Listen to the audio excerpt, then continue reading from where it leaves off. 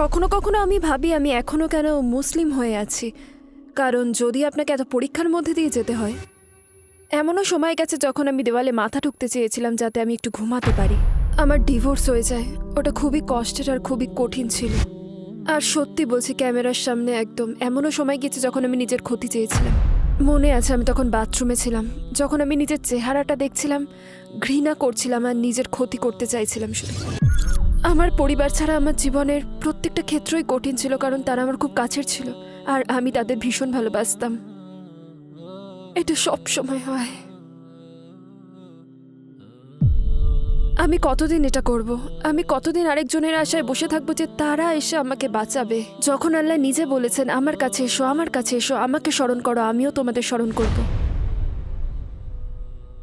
আসসালামু আলাইকুম বোন হানি আদম, আমাদের আমন্ত্রণ গ্রহণের জন্য ধন্যবাদ। আপনাকে আমাদের মাঝে পেয়ে আমরা খুবই আনন্দিত। আমি প্রথমেই শুরু করতে চাই, হানি আদম কে? আপনি কি সংক্ষেপে আপনার জীবন সম্পর্কে বলবেন? ওয়ালাইকুম সালাম ওয়া রাহমাতুল্লাহ ওয়া বারাকাতুহু। তো আমি 3 সন্তানের মা, আলহামদুলিল্লাহ। আমি শিখ হিসেবে বড় হয়েছিলাম। আমার বাবা মা ভারতীয়, কিন্তু তাদের জন্ম বেড়ে ওঠা যুক্তরাজ্যে। ছোটবেলা ভালোই কেটেছে আলহামদুলিল্লাহ, বাবা মা খুব ভালোবাসতেন। কিন্তু আমি যখন 24 কি 25 বছর বয়সে মুসলিম হলাম, আমার পরিবার বেশ একটা বড়সড় ধাক্কা খেয়েছিল। আর আলহামদুলিল্লাহ এখন গ্রিনল্যান্ড মসজিদে কাজ করছি এবং যে কোনো মুসলিম সংগঠনে যেখানে আমি সহায়তা করতে পারি। বিশ্বাসের ক্ষেত্রে আপনার জীবন কেমন ছিল? আপনি কিসে বিশ্বাস করতেন? ছোটবেলায় আমার মা বাবা শিখ ধর্মের শিক্ষা দিয়েছিলেন। আমি মানছি যে এটা আমি পছন্দ করি। আমার মনে আছে আমরা অমৃতসরের গোল্ডেন টেম্পলে গিয়েছিলাম, খুব ভালো লেগেছিল আমার। আমার মনে আছে আমরা হেমকুন্ড সাহিবে গিয়েছিলাম, যেটা অনেকটা ওই হিন্দু আশ্রমের মতোই ছিল। আর আমি খুব উপভোগ করেছিলাম। আমার মনে আছে আমি খুব অল্প বয়স থেকেই সবসময় আমার জীবন একজন ঈশ্বরের প্রয়োজন অনুভব করতাম। ভীষণ খুশি আর সন্তুষ্ট হতাম যখন আমি সেসব জায়গায় যেতাম। তো আমি বলবো যে বেড়ে ওঠার সময় আলহামদুলিল্লাহ আমার মা বাবা আমার মধ্যে ধর্মবোধ ঢুকিয়ে দিয়েছিলেন। তারা আমাকে ন্যায়, নীতিশিক্ষা, পরিশ্রম, জ্ঞান অর্জন, সৎ থাকা এসব বিষয় শিক্ষা দিয়েছিলেন। তারা আমাকে বেশ ভালোভাবেই বড় করেছিলেন। আর আমার মনে হয় আমি যখন বিশ্ববিদ্যালয়ে যেতাম আমি অনেকটা ধর্মনিরপেক্ষ জীবনযাপন করতাম। আমি বলতে গেলে কোনো ধর্মচর্চাই করতাম না ওই সময়, মানে একটা আত্মিক দিক ছিল, কিন্তু আমি কোনো ধর্মচর্চাই করতাম না। আমি তখন আপনাকে সত্যিটাই বলছি, মদ্যপান করাকে সমস্যা মনে করতাম না, যা মন চাইতো তাই পড়তাম। এটা কোনো ব্যাপার ছিল না, স্বাভাবিকই ছিল, সবকিছু এর মধ্যে খারাপ কিছুই ছিল না, শুধু একটা স্বাভাবিক জীবনযাত্রা। এটা আসলে মূলত আমি মুসলিম হওয়ার আগে এভাবেই আমার জীবন কাটছিল। আপনি ইসলামের ব্যাপারে প্রথম কিভাবে শুনলেন? আপনার মনে কি কোনো ধরনের বিদ্বেষ ছিল? ছিল, হয়তো একটু ইসলাম বিদ্বেষী ছিলাম। আমি ভেবেছিলাম যে তখন অনেক কিছু ঘটেছিল, ইরাক এবং অন্যান্য সব ব্যাপার মনে পড়ে। আমি ভয় পেয়ে যেতাম যদি আল্লাহ আকবার শুনতাম কখনো, এটা আমাকে ভয় পাইয়ে দিত। আমি ভাবতাম যে সব মুসলিম পুরুষরা ভীষণই কঠোর হয় অনেকে, বুঝলেন, তারা তাদের স্ত্রীদের পেটায় আর আরও আরও অনেক কিছুই। সবসময় আয়েশা ও তার বয়স নিয়ে সব কিছু অনেক ধরনের বাধা ধরা ধারণা ছিল। আমি ভাবতাম মুসলিম নারীরা নির্যাতিত হয়, তারা কেন হিজাব পরে, এটা তো ঠিক নয়। আমার অনেক সমস্যা ছিল এসব নিয়ে। আপনার ইসলামের পথে যাত্রা কিভাবে শুরু হলো? ইসলামের কোন বিষয়টি আপনাকে চমৎকৃত করেছে? মজার বিষয় হলো মুসলিম নারীদের ব্যাপারে বাধা ধরা ধারণা ছিল আমার। আমি প্রথমে ইসলামের যে জিনিসটা দেখতে চাইলাম তা হলো ইসলামের নারী। তো আমি অনেক আলোচনা শুনলাম, ইন্টারনেটে অনেক কিছু পড়লাম। একটা বই আছে the great women of Islam নামে, দারুস সালেমের লেখা, যা খুবই চমৎকার। আমি মনে করেছিলাম নারীরা শোষিত হয়। অতঃপর আমি ইসলাম নিয়ে পড়াশোনা করলাম আর বুঝলাম না, সমাজ নারীদের শোষণ করছে। আর ইসলাম অনেকটা বেশি উন্নত, অর্থাৎ এতটাই উন্নত যে আমরা সামাজিকতার সাথে তাল মিলিয়ে চলতে হিমশিম খাচ্ছি এবং ইনশাল্লাহ এটা আরও শক্তিশালী হয়ে ফিরে আসবে, কারণ এখনও আমাদের যে সমস্যাগুলো রয়েছে লিঙ্গভিত্তিক ভূমিকার পরিচয় নিয়ে, আমার মনে হয় ইসলামের সমস্যার সমাধান রয়েছে আর আমাদের উপযুক্ত সময়ে তাল মেলানোর। কারণ ইসলাম নারীদের অনেকভাবেই স্বাধীনতা দিয়েছে, এটা নারীদের ঠিক এতটাই উপরে তুলে রেখেছে, যদি সমাজ এটা বুঝতে পারে তারাও আমার মতো উপলব্ধি করতে পারবে ইসলাম নারীদের কতটা অধিকার দেওয়া হয়েছে। এমন সব অধিকার যেগুলো আমরা এই দেশে কিংবা মুসলিম দেশগুলোতে কখনোই পাইনি। রাসূল মুহাম্মদ সাল্লাল্লাহু আলাইহি ওয়াসাল্লাম শিখিয়েছেন নারীদের কিভাবে সম্মান করতে হয়, অর্থাৎ আমাদের অধিকার দেওয়ার মাধ্যমে। যেমনটা আমি বলেছিলাম, উদাহরণ হিসেবে যৌতুকের কথাই বলি। একজন নারীর একজন পুরুষকে অর্থ দিতে হতো, এখন একজন পুরুষ একজন নারীকে দেনমোহর দিচ্ছে। এটা একটা বেশ বড় ব্যাপার সেসব মানুষদের জন্য যারা কন্যা সন্তান জন্ম নিলে দুঃখ প্রকাশ করত, মানে এতটাই যে তাকে হত্যা করা হতো। হযরত মুহাম্মদ সাল্লাল্লাহু আলাইহি ওয়াসাল্লাম বলেছেন, তোমরা যদি কন্যা সন্তানের লালন পালন করো তাহলে তোমাকে জান্নাত দেওয়া হবে, তুমি আমার সাথে জান্নাতে থাকবে। আর তারপর ছোট ছোট জিনিসের মধ্যে সওয়াব রয়েছে। একজন নারী যদি আপনার সাথে ঝগড়া করে, তর্ক করে, আপনার সাথে চেঁচামেচি করে, তিনি এটাই করেছিলেন, চুপ করে থেকেছেন। ওমর বিন খাত্তাব শিখেছেন, উনি অনেক সময় তার স্ত্রীর সাথে ঝগড়া করতেন, কিন্তু তারপরে তিনি চুপ করে থাকতে শিখেছেন। এটা ঠিক আছে, তাদের আবেগী হতে দিন, নারীদের আবেগ দেখাতে দিন, বুঝতে পেরেছেন? সুবহানাল্লাহ, কোন দিন আপনাকে এটা শেখাচ্ছে? এরকম অনেক উদাহরণ আমি দিতে পারবো, কিন্তু আপনার মনে হয় এটা রেকর্ড করতে সারা জীবন লাগবে। তো আপনি ইসলামে নারীদের অবস্থান দেখে মুগ্ধ হয়েছিলেন, আর কোন বিষয় আপনাকে চমৎকৃত করেছে? যখন আমি বিশ্ববিদ্যালয়ে ছিলাম, সত্যি বলতে এমন একটা জীবন কাটাচ্ছিলাম যেখানে আমার অনেক স্বাধীনতা ছিল। বুঝলেন, আমি বলতে চাচ্ছি, যখন আপনার এত স্বাধীনতা রয়েছে আর আপনি বাইরে যাচ্ছেন, ক্লাবে যাচ্ছেন, নাচছেন, মদ্যপান করছেন, এই সব কিছু করছেন, আর এটা অনেকটা এমন যে এসব করে আপনি পরের মুহূর্তে সুখ খোঁজার চেষ্টা করছেন, বা আপনি আরেকজনের কাছে স্বীকৃতি খুঁজছেন যে তারা বলবে, ও তোমাকে সুন্দর লাগছে, বা তোমাকে আমি ভালোবাসি, বা যেখানে আপনি সবসময় অন্যদের খুঁজছেন একজন নারী হিসেবে যে তারা আপনাকে অনেক বেশি মূল্য দেবে। আর আমি ইসলামে যেমনটা পেলাম, আপনাকে এসব করতে হবে না, এগুলো অন্য মানুষের কাছ থেকে আসে না কখনোই, বরং হযরত মুহাম্মদ সাল্লাল্লাহু আলাইহি ওয়াসাল্লাম শিখিয়েছেন যে আমাদের এই স্বীকৃতি আল্লাহ তাআলা থেকেই আসবে। যখন আল্লাহকে ভালোবাসতে শিখবেন, হযরত মুহাম্মদ সাল্লাল্লাহু আলাইহি ওয়াসাল্লামকে ভালোবাসতে শিখবেন, আপনি অভাবনীয় সন্তুষ্টি পাবেন। আপনার বলতে গেলে অন্য পুরুষের উপর নির্ভর করতেই হবে না সেটা পাওয়ার জন্য। যদি সেটা থাকে, সেটা হবে আল্লাহর পক্ষ থেকে একটা রহমত, আর আপনারা একসাথে পাশাপাশি আছেন, উপরে নিচে নয়, এভাবে পাশাপাশি আছেন একসাথে। আল্লাহ সুবহানাহু ওয়া তাআলা কুরআনে বলেন, তিনি নারী ও পুরুষকে সমান কিন্তু আলাদাভাবে সৃষ্টি করেছেন, আর এটা বিস্ময়কর। আর আমার ক্ষেত্রে এটা শিখিয়েছে যে যখন আল্লাহ সুবহানাহু ওয়া তাআলা আপনাকে বলছেন নারী হিসেবে পর্দা করো, হিজাব পরো, এর কারণ আমাদেরকে আলাদাভাবে সৃষ্টি করা হয়েছে। আমার নিজেকে সুন্দর চমৎকার দেখাতে মন চাইতে পারে, কিন্তু আল্লাহ পুরুষকে আলাদাভাবে সৃষ্টি করেছে, যেখানে সে আপনাকে দেখবে আর ভাববে, ও আমি তার কাছে যেতে পারি, আমি এটা করতে পারি বা এটা বলতে পারি। তো আল্লাহ তখন বলেছেন, তোমার কি করা উচিত জানো? নিজেকে রক্ষা করো, পর্দা করো। কিন্তু সেই কামনা পুরুষের মধ্যে আছে, কারণ এটা যখন হালাল হয়ে যাবে তখন আপনি উপভোগ করবেন, কারণ এটা যদি আপনার না থাকতো আপনি অভিযোগ। প্রধানত কোন জিনিসটা আপনাকে উপলব্ধি করিয়েছিল যে ইসলাম শতভাগ সত্য? আসসালামু আলাইকুম প্রিয় ভাই ও বোনেরা, আমরা দেখেছি যে আমাদের দর্শকদের ৮০% মানুষজন আমাদের চ্যানেলে সাবস্ক্রাইব করেননি। আপনারা যেমনটি জানেন, আমরা একটি অলাভজনক প্রতিষ্ঠান, আর আমরা আমাদের কোনো ভিডিওতে বিজ্ঞাপন চালাই না। টুয়ার্ডস ইটার্নিটি শুধু একটি ইউটিউব চ্যানেলই না, এটি একটি মাদ্রাসাও। এখানে আমরা চেষ্টা করি নিজেদের এবং যুব সমাজকে ইসলামী শিক্ষা দেওয়ার। আমাদের লক্ষ্যই হলো শুধু সত্যকে প্রচার করা। কাজটা ছোট হতে পারে, কিন্তু ইনশাআল্লাহ অনেকের জন্য এটি পথ চলার সহায়ক হবে। এখন সাবস্ক্রাইব বাটনে ক্লিক করুন এবং একসাথে পথ চলি অনন্তকালের দিকে। প্রধানত কোন জিনিসটা আপনাকে উপলব্ধি করিয়েছিল যে ইসলাম শতভাগ সত্য? গ্রিনল্যান্ড মসজিদে যাওয়া। আমার মনে আছে প্রথম যেদিন আমি মসজিদে ঢুকলাম, তখন আমি কিছু বোনেদের দেখলাম যাদের মাথা থেকে পা পর্যন্ত ঢিলেঢালা কালো পোশাক দিয়ে ঢাকা ছিল। আর বেশ মজার বিষয় হলো, হ্যারি পটারের কথা বলি, তারা কিন্তু হ্যারি পটারের একটা দৃশ্যের কথা মনে করিয়ে দিল, হগওয়ার্টস, যেখানে তারা তাদের আলখাল্লা পরে থাকতো। আর এটাই প্রথমে আমার মাথায় আসলো। আর তারপর আমি ভাবলাম, ওয়াও, তাদেরকে এটার জন্যই বেছে নেওয়া হয়েছে। আমিও এরকমই আত্মবিশ্বাসী হতে চাই, কারণ আমি মিনিস্কার্ট পরে ঘুরে বেড়াচ্ছি। আমি জানতে চাইলাম যে এভাবে চলাফেরা করতে কেমন লাগে। শুধু এটাই না, ওনারা খুবই সৌহার্দ্যপূর্ণ, মমতাময়ী, দয়ালু, খুবই সহায়ক ছিলেন। আর আপনি হয়তো জানেন না, কখনো আমরা নিজেদের অনেক কিছু নিজেরাই কঠিন করে ফেলি। যখন আমরা অন্যদের সাথে যোগাযোগ না করি, আমি কখনো নিকাবী মুসলিম নারীদের সাথে কথা বলিনি। আসলে আমি ঠিকমতো কোনো মুসলিম নারীদের সাথেই কথা বলিনি, তো এটা আমার প্রথমবার ছিল। তারা মুচকি হাসি দিচ্ছে, শুধু এই তথ্যটাই আমাদের মনে এতটাই বাধা ধরা ধারণা রয়েছে, আমরা মনে করি যে নিকাবী নারীরা হাসেন না। সেখানে যে মহিলারা ছিলেন তারা মুচকি হাসি দিচ্ছিলেন, হাসছিলেন, দুষ্টুমি করছিলেন, আর আমি ভাবলাম তারা স্বাভাবিক, তারা মানুষ, তারা কোনো ভাসমান কালো অবয়ব না, তারা মানুষ, আর তারা অসাধারণ মহিলা। আপনি কবে কালেমা পড়েছিলেন আর তখন আপনার কেমন লেগেছিল? তো আমি পরের বার যখন মসজিদে গেলাম তখনই কালেমা শাহাদা পাঠ করছিলাম, আলহামদুলিল্লাহ। আর সেখানে প্রায় ৬০-৭০ জন মানুষ ছিল। আর আমি কালেমা শাহাদাত পাঠ করার সময় যারা যারা কাছে ছিল তারা এখনো আমার সবচেয়ে কাছের মানুষ হয়ে আছেন, আলহামদুলিল্লাহ। তো আমার কালেমা পড়াটা অসাধারণ ছিল। আমার মনে আছে আমি প্রচুর কাঁপছিলাম, কিন্তু ভালো লেগেছিল, অনেক ভালো লেগেছিল। আমার সেই গোসলের কথা মনে আছে, যেটা কালেমা পড়ার পর করতে হয়। আর আমার সত্যি মনে হচ্ছিল যেন আমি নতুন জীবন শুরু করছি, নতুন করে শুরু করা, এটা জেনে যে আল্লাহ পূর্বে সব কিছু মুছে ফেলেছেন।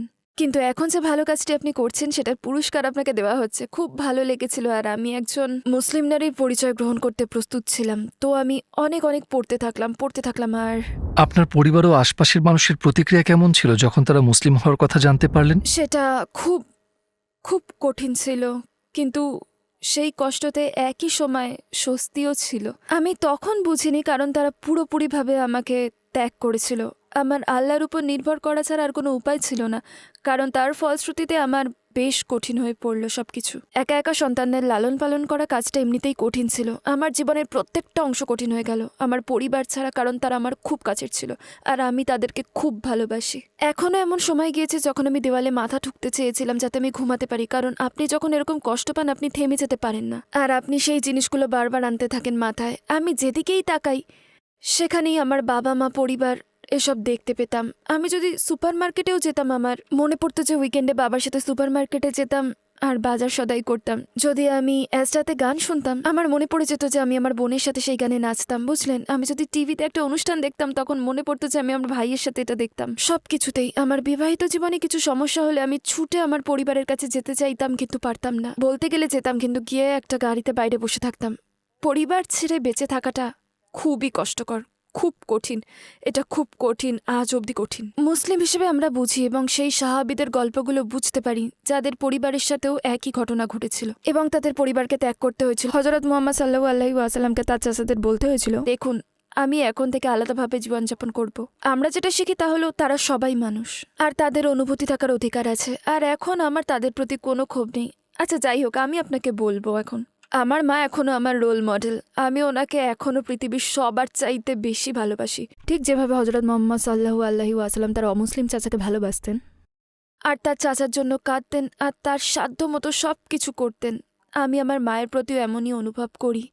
উনি একজন দারুণ মহিলা, ওনার এরম অনুভব করার সম্পূর্ণ অধিকার আছে। আমি ওনাকে কষ্ট দিয়েছি আর আমি মারা যাবার আগে পর্যন্ত ওনাকে কষ্ট দেওয়ার জন্য ক্ষমা চেয়ে যাব। তো আমি তাদের জন্য দোয়া করি, আমি তাদের খুব ভালোবাসি। আমি আপনাকে বলতে পারবো যে তারা খুব ভালো মানুষ।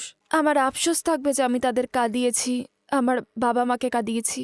আমার চিন্তায় এমন মুহূর্ত ছিল যখন আমি হয়তো ইসলাম ও আমার সিদ্ধান্তকে প্রতিহত করেছি, আর হয়তো আমার মায়ের মুখের উপর কথাও বলেছি, আর হয়তো এক পর্যায়ে চিৎকারও করেছি খুব জোরে। আর সেটা নিয়ে আমার আফসোস হয়, কারণ আল্লাহ তাআলা কুরআনে বলেছেন, তোমার পিতামাতাকে সর্বোচ্চ পর্যায়ে সম্মান দাও, তারা মুসলিম হোক বা না হোক। মাঝে মাঝে আমি ভাবি আমি এখনও মুসলিম রয়েছি কেন, কারণ কখনো কখনো আপনাকে এমন অনেক পরীক্ষার মধ্যে দিয়ে যেতে হয়। যেমনটা আমি বলেছিলাম, একটা খেয়াল মাথায় আসতো যে আমার পরিবার এখানেই আছে, হয়তো আমার থেকে তাদের দূরত্ব 1 ঘন্টার। আমি এভাবে কেন বেঁচে আছি যখন আমি একা একা হিমশিম খেতে থাকি, যখন ধরুন আমার বাচ্চাদের ম্যানেজ করা বা আর্থিকভাবে বা যে কোনোভাবেই আমি কেন এখানে আছি? আর এই চিন্তাটাই আমাকে তাড়া করে বেড়ায়। কারণ উদাহরণ হিসেবে বলি, আমার ডিভোর্স হয়ে গেছিল তখন, আর ওটা খুব কষ্টদায়ক, খুব কঠিন ছিল।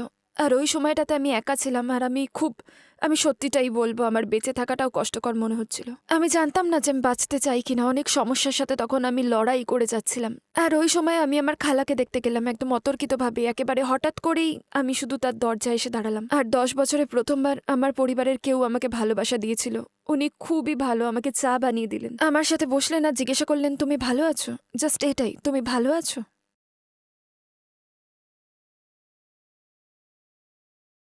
সবসময় এটাই হয়। আমার খালা সেই যে প্রথমবার আমার পরিবারের কেউ আমাকে জিজ্ঞেস করলো, তুমি ঠিক আছো? এরপর জিজ্ঞেস করলো, তুমি কি করবে, তোমার কি কোনো প্ল্যান আছে? কারণ আমার কিছুই ছিল না, শুধু আমার 3 সন্তান ছিল। আর আল্লাহ কসম, আমি তার বাড়ি ছেড়ে যেতে চাইছিলাম না। আর আমি সেখানে বসে ভাবছিলাম, খোদা, আমি যদি আমার ইসলাম লুকিয়ে রাখি, ইসলাম কি শুধু আমার অন্তরেই আছে? কিন্তু যদি আমাকে বাসায় ফিরে আসতে হয়, কারণ তারা আমাকে ভালোবাসে আর আমিও থাকতে চাচ্ছিলাম। আমি তার বাসা ছেড়ে যেতে চাচ্ছিলাম না, আমি তার বাসায় থাকতে চাচ্ছিলাম। আমি সব কিছু ছেড়ে দিতে চাইছিলাম। আমার দিনকে না, আমি ভেবেছিলাম আমি সেটা লুকিয়ে রাখতে পারবো। আমি উপরতলায় গিয়ে নামাজ পড়ে নেব যখন কেউ দেখবে না, আর আমি বাসায় ফিরে যেতে চেয়েছিলাম। কাদের আল্লাহ, আমার নানি, যিনি আমাকে 10 বছর ধরে দেখেননি, উনি অনেক বয়স্ক। উনি ঘর থেকে বেরিয়ে আসেন আর আমাকে দেখে ফেললেন। আর আমার খালা আমাকে বললেন, জলদি চলে যাও, দৌড়ে পালাও, না হলে উনি যদি দেখে ফেলে, উনি অনেক বয়স্ক, আমি জানি না কি হতে পারে। উনি আমাকে বেরিয়ে যেতে বাধ্য করলেন, বললেন পেছনের দরজা, পিছনের গেটে যাও। আর আমাকে বেরিয়ে যেতে হলো। কোনো গুড বাই বা কিছুই বলা হলো না।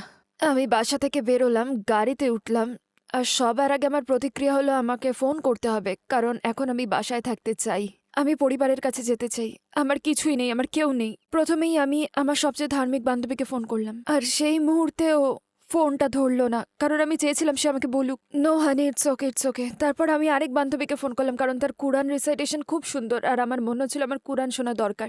সেও ধরলো না। আর তারপর ভাবলাম আমি কতদিন এসব করতে থাকবো, কতদিন আমি এই আশায় বসে থাকবো যে আরেকজন এসে আমাকে বাঁচাবে, যখন আল্লাহ নিজে বলেছেন আমার কাছে এসো, আমার কাছে এসো, আমাকে স্মরণ করো, আমিও তোমাদের স্মরণ করব। আপনার সাথে আল্লাহ সরাসরি সম্পর্ক রয়েছে। তো আমি গাড়িতে বসে আয়াতুল কুরসি পাঠ করলাম, 3 কুল পড়লাম, আর আমি আল্লাহর কাছে ভিক্ষা চাইলাম যেন তিনি আমাকে দিনের মধ্যে রাখেন। আমি তখন আল্লাহর কাছে ভিক্ষা চাইতে লাগলাম, আমাকে দিনের মধ্যে রাখুন, দিনের মধ্যে রাখুন, আমার যাই হোক সেটা ব্যাপার না, শুধু আমাকে মুসলিম হয়ে মরতে দিন। আর আমি সেটাই করলাম। আর আমার মনে হয় এটা আবার এমন একটা মুহূর্ত ছিল যখন আমি জানতাম যে হ্যাঁ আমি মুসলিম, কারণ শয়তান আপনার কাছে অনেকবার আসবে আর এসে এসে আমাকে প্রশ্নবিদ্ধ করবে আমি কি মুসলিম, আমি কার জন্য মুসলিম হয়েছি, আমি মুসলিম কেন হয়েছি, আমি ইসলামের কী বা পছন্দ করি। যখন আপনি দুর্বল এবং হীনমন্যতায় ভুগবেন তখন শয়তান আসবে আপনার কাছে। আর এই 9-10 বছরে আমি দিনের ব্যাপারে যা কিছু শিখেছিলাম তার সব সেই মুহূর্তে চলে আসলো। তো একটা কথা আমি বাচ্চাদের বলে থাকি, যারা বোঝে না তারা ইসলামের আত্মিক দিকটা অনুভব করে না, কারণ তাদের বয়স কম আর জীবন ভালোই কাটছে। আমি তাদের বলি তবুও শিখো, কারণ তোমরা জানো না যে কোনো মুহূর্তে হোঁচট খেতে পারো, বা যা তোমরা শিখেছিলে আর তোমরা জানতে না কেন শিখেছিলে ওটা তোমাদের কাছে আসবে, তোমাদের রক্ষা করবে, তোমাদের জীবন বাঁচাবে। সেই জন্য যখন তোমার মা বলবে যাও মাদ্রাসায় যাও, যখন তোমার মা বলবে ইসলাম শিক্ষার ক্লাসে যাও, যাও। আর যারা ধর্মান্তর হতে চান শিখুন, আপনারা হঠাৎ করেই মুসলিম হতে পারবেন না। ও আমি আল্লাহকে বিশ্বাস করি, যান শিখুন, দিন শিখুন, ভালোভাবে শিখুন, প্রতিদিন শিখুন ভালোভাবে, যদি অল্প হয় তাও ঠিক আছে, কারণ যখনই আপনি দুর্বল হবেন আপনার কাছে শয়তান এসে দূরে নিয়ে যাওয়ার চেষ্টা করবে, আর তখন আপনার সেসব শিক্ষা হঠাৎ করে আপনার কাছে আসবে আর আপনাকে বাঁচাবে। আর সেটা আমাকে সেদিন বাঁচিয়েছিল। এমন আরো অনেক উদাহরণ আমি আপনাকে দিতে পারবো, আর ক্যামেরায় আপনাকে সত্যিটাই বলবো। এমনও সময় গিয়েছে যখন আমি নিজের ক্ষতি করতে চেয়েছিলাম। একটা উদাহরণ দিয়ে, আমার মনে আছে আমি বাথরুমে ছিলাম, আমি নিজেকে আয়নায় দেখলাম, আমার তখন ঘৃণা লাগছিল আর আমি নিজের ক্ষতি করতে চাইছিলাম। বাথরুমে থাকা একটা বাজে ব্যাপার, কারণ বাথরুমে থাকলে আউযুবিল্লাহি মিনাশ শাইতানির রাজিম বলতে পারবেন না, আপনার মন খারাপ থাকলে বাথরুমে যাবেন না। কিন্তু যাই হোক, আমি তখন একটা কথা শুনতে পেলাম যেন আমার মাথার ভেতর কেউ বলল জালনার বাইরে তাকাও, আর আমি জালনা দিয়ে আকাশটা দেখলাম আর দৌড়ে নিচে গেলাম, দরজা খুললাম আর বাগানে গেলাম, তারপর আকাশের দিকে তাকালাম, উপরে আকাশের দিকে তাকালাম, কারণ আমার কুরআনের একটা আয়াত মনে পড়েছিল। আমার মনে হয় ওটা কুরআন হাদিসও হতে পারে। আল্লাহ সুবহানাহুল্লাহ বলেছেন যারা বিশ্বাস করে তারা যেন আকাশের দিকে তাকায়, আর এটা তাদের জন্য একটা নিদর্শন। আর আমি হাঁটু গেড়ে বসে পড়লাম আর প্রার্থনা করলাম আল্লাহর কাছে, ইয়া আল্লাহ আমাকে দিনের মধ্যে রাখুন, এটাই স্বাধীনতা, এটাই সন্তুষ্টি, যেখানে আপনার কারো উপর নির্ভর করতে হবে না, আপনার কাউকেই দরকার হবে না, আপনার জীবনে প্রয়োজন রয়েছে শুধু আল্লাহ তাআলার। আর আমি ওটাই করেছিলাম, আমি নিজের ক্ষতি করিনি, কারণ আমার আল্লাহ আছে। তো আপনার 14 বছরের মুসলিম জীবনের মুহূর্তগুলোর মধ্যে কোন মুহূর্তে আপনার মনে হয়েছে যে আপনার পরিবারকে আপনার খুব প্রয়োজন, কিন্তু তাদের কাউকেই কাছে পাননি? আমার বিবাহিত জীবনের ঝামেলার সময় আমি আমার বাবাকে চেয়েছিলাম, আমি ওনার সুরক্ষা চেয়েছিলাম, ওনার সিকিউরিটি চেয়েছিলাম। একজন নারীর কমপক্ষে একজন ভাইয়ের প্রয়োজন হয়, যেমন আমার সেই সময় আমার ভাইয়ের প্রয়োজন ছিল। আমি এগুলো একসময় অনেক মিস করেছি। জীবনের প্রতিটা ক্ষেত্রেই একজন মহারামের সুরক্ষা, নিরাপত্তার দরকার রয়েছে। দেখুন, জিনিসটা এমন যে আমাদের কোনো পুরুষের প্রয়োজন নেই। হ্যাঁ, আপনি অবশ্যই পারেন। যখন তোমার জীবনের প্রত্যেকটা পুরুষ হারিয়ে যাবে তখন তুমি বুঝবে যে হ্যাঁ আমার জীবনে একজন পুরুষের প্রয়োজন আছে। মাকে খুব মিস করেছি যখন আমার ছেলে মেয়ে হয়েছিল। আমি আসলে তখন থেকেই তাকে মিস করছি যখন আমি কাজ করতে শুরু করলাম, কারণ আমার মা একজন দক্ষ মহিলা ছিলেন, তার থেকে অনেক কিছু শিখতে চেয়েছিলাম, কিন্তু আলহামদুলিল্লাহ আমার কাছে ভালো স্মৃতিও আছে। আর আমি তার সাথে অনেক সময় কাটিয়েছি। যখন আমার মা অনেক শক্তিমান মহিলা ছিলেন, আলহামদুলিল্লাহ আমি এখনো তার শিক্ষা ধরে রেখেছি। আমি এখনো আমার মা বাবার দেওয়া অনেক শিক্ষা মেনে চলি, কারণ ওগুলো ইসলাম বিরোধী না তো কেন নয়। আমি মনে করি প্রত্যেক ধর্মান্তরদের একটা জিনিস জেনে রাখা উচিত, আপনি আপনার পরিবারকে ভালোবাসতে পারেন। রাসূল মুহাম্মদ সাল্লাল্লাহু আলাইহি ওয়াসাল্লাম তার চাচাকে ভালোবাসতেন। আমার ক্ষেত্রে আমি আমার বাবা মাকে সেটা বলতে চাই, আমি তোমাদের ভালোবাসি, তোমাদের শ্রদ্ধা করি, আমি এখনও তোমাদের একটা অংশ, আমার মধ্যে তোমাদের রক্ত রয়েছে, তোমাদের দেওয়া শিক্ষাগুলো এখনও আমার কাছে আছে, সেগুলো কিছুই আমি ছেড়ে দিইনি। এটা অসম্ভব, তোমরা আমার আদর্শ, তোমরা আমার সব। আবার তোমাদের পাশে বসার জন্য আমি সব কিছু করতে পারবো, তোমাদের সাথে আবার থাকার জন্য, শুধু তোমাদেরকে আমি আল্লাহর আগে রাখতে পারবো না কখনোই। আপনি কি কখনো কোনো আশ্চর্য ঘটনার সম্মুখীন হয়েছেন যখন আপনার মনে হয়েছে যে আপনার আল্লাহর সাথে বিশেষ সম্পর্ক আছে? আমার মনে হয় জীবনের কষ্টের কথাগুলো বেশি বলে ফেলেছি। আমি আপনাকে এখন আল্লাহ তাআলার যেসব রহমত দিয়েছেন সেগুলোর কথা বলবো। আলহামদুলিল্লাহ। এখানে আপনাকে দুটো সময়ের কথা বলবো আসলে। একটা সময় ছিল যখন আমি অনেক কষ্ট করেছিলাম, ওকে? আমি জীবনে অনেকবার কষ্ট করেছি, সুবহানাল্লাহ। একজন আমাকে বলেছিল, দেখো যখন তুমি অনেক কষ্টের মধ্যে দিয়ে যাও তখন তুমি তোমার ঘুমন্ত বাচ্চাদের কাছে গিয়ে তাদের দেখবে। আর আমি সেটা করলাম। তো আবার একটা সময় ছিল যখন আমি জীবনের আশা ছেড়ে দেওয়ার জন্য রেডি হয়ে গিয়েছিলাম, তখন আমি নিজেকে ঘৃণা করতাম শুধু।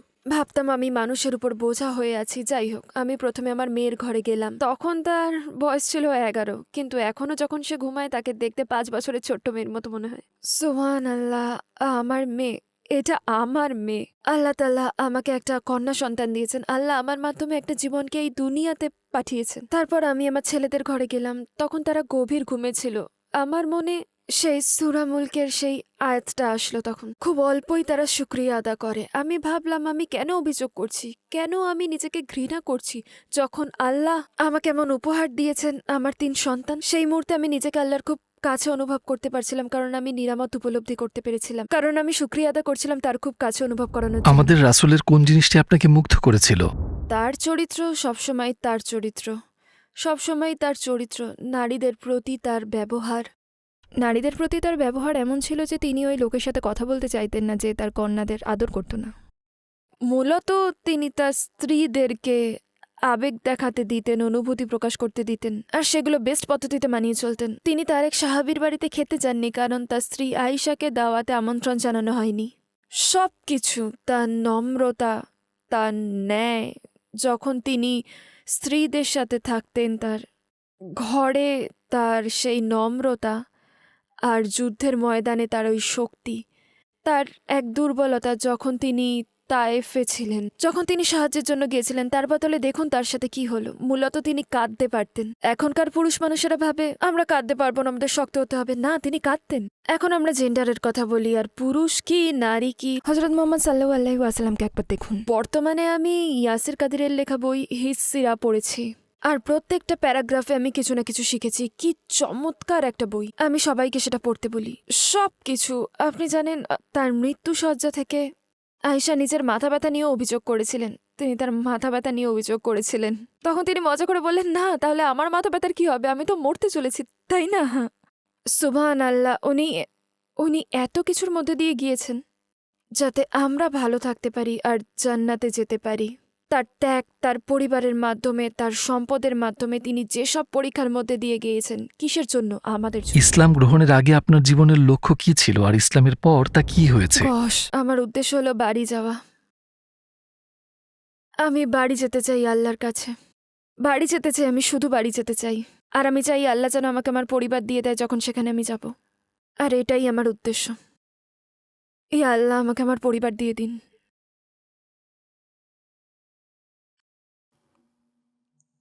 এটা তো শুধু দুনিয়া। আমি নিজেকে সবসময় এটাই বলি, এটা তো শুধু দুনিয়া। শুধু দুনিয়া। আপনি চিরকালের জন্য এখানে থাকবেন না। শুধু বাড়ি যেতে চাই। শেষে আপনি ওই সকল মানুষকে কি বলতে চান যারা আপনাকে দেখছে, যাদের হৃদয় ইসলামের নিকট আসছে, কিন্তু তারা পরিবার ও কাছের মানুষদের প্রতিক্রিয়াকে ভয় পাচ্ছে? আপনার শেষ লক্ষ্যটি মাথায় রাখুন। শেষ লক্ষ্যটি হলো আপনার, যদি এইটুকু কণা পরিমাণে ঈমান থাকে, আপনি অল্প অনুভব করে থাকেন, আপনার শেষ লক্ষ্য হবে ওই মুহূর্তে জান্নাতে যাওয়া। যদি আপনি সত্যি বিশ্বাস করে থাকেন যে আল্লাহ আছে, আমি বলবো প্রথমে নিজেকে সেই শিক্ষা দিন, সেই অল্প ঈমানকে ধরে রাখুন আর শিখুন। শয়তান এসে যেন সেই অল্পটুকু নষ্ট করে দিতে না পারে, কারণ প্রথম দিকে সে অনেকবার চেষ্টা করবে সেটা করার। প্রথমে শয়তান অনেকবার চেষ্টা করবে আপনার কাছে এসে আপনাকে দূরে টেনে নিয়ে যেতে। তো শিখুন, নিজেকে শিক্ষা দিন, নিজের লক্ষ্য নির্ধারণ করুন, মনে মনে টার্গেট সেট করুন। আপনাকে বলেছি যে আমি আমার মাথার ভেতর আওয়াজ শুনতে পেতাম। কখনো কখনো নিজের সাথে কথোপকথন করতে থাকি, যেখানে খারাপ কথাও আছে আবার ভালো কথাও আছে। আর কখনো আপনাকে সেটাই করতে হবে, আপনাকে এটা জোরে বলতে হবে, বুঝলেন? ইয়া আল্লাহ, আমার আপনার সাহায্য দরকার, আমাকে সরল পথে পরিচালিত করুন। যদি আপনার মনে প্রশ্ন থাকে আমি কি করব না কি করব না, কারণ আমার পরিবার কি বলবে, জেনে রাখুন যে আপনি তখন একাই মারা যাবেন। আপনার পরিবার ওই মুহূর্তে আপনার সাথে থাকবে না, যখন কিয়ামতের দিনে আপনাকে পুনরুজ্জীবিত করা হবে। আর আপনি যদি কিয়ামতে বিশ্বাস না করেন, কারণ অনেকেই করে না, বুঝলেন, তখন শুধু ভাবুন যে এই দুনিয়াতে আমি আমার পরিবার থেকে কি সুবিধে পাচ্ছি, আর আমি আত্মিকতা ঈশ্বরে বিশ্বাস করা থেকে কি সুবিধে পাচ্ছি। আমি এই পর্যায়ে এসে বলবো সবচেয়ে গুরুত্বপূর্ণ জিনিস হলো শেখা। শিখতে থাকুন আর তাতেই আপনি পৌঁছতে পারবেন। আর আপনার মনে একনিষ্ঠ লক্ষ্য রাখুন যে আপনি সেখানে যেতে চান। আল্লাহ বলেন আমার দিকে এক পা বাড়াও, দাঁড়িয়ে থেকো না। আপনি যদি মুসলিম হওয়ার চিন্তা করেন এক পা বাড়ান আর আল্লাহ আপনার কাছে দৌড়ে আসবেন।